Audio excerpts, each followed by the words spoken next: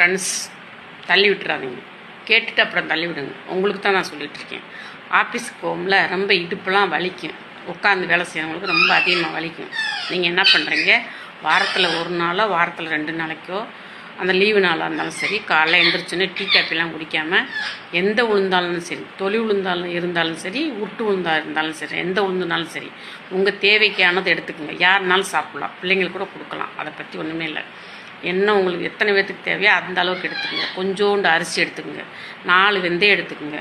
ஒரு எவ்வளோ அரிசி போடுறீங்க அதுக்கு தகுந்தாப்போ ஒரு 10 பூடோ 5 பூடோ உரிச்சு போட்டுக்கோங்க. அவ்வளோதான்.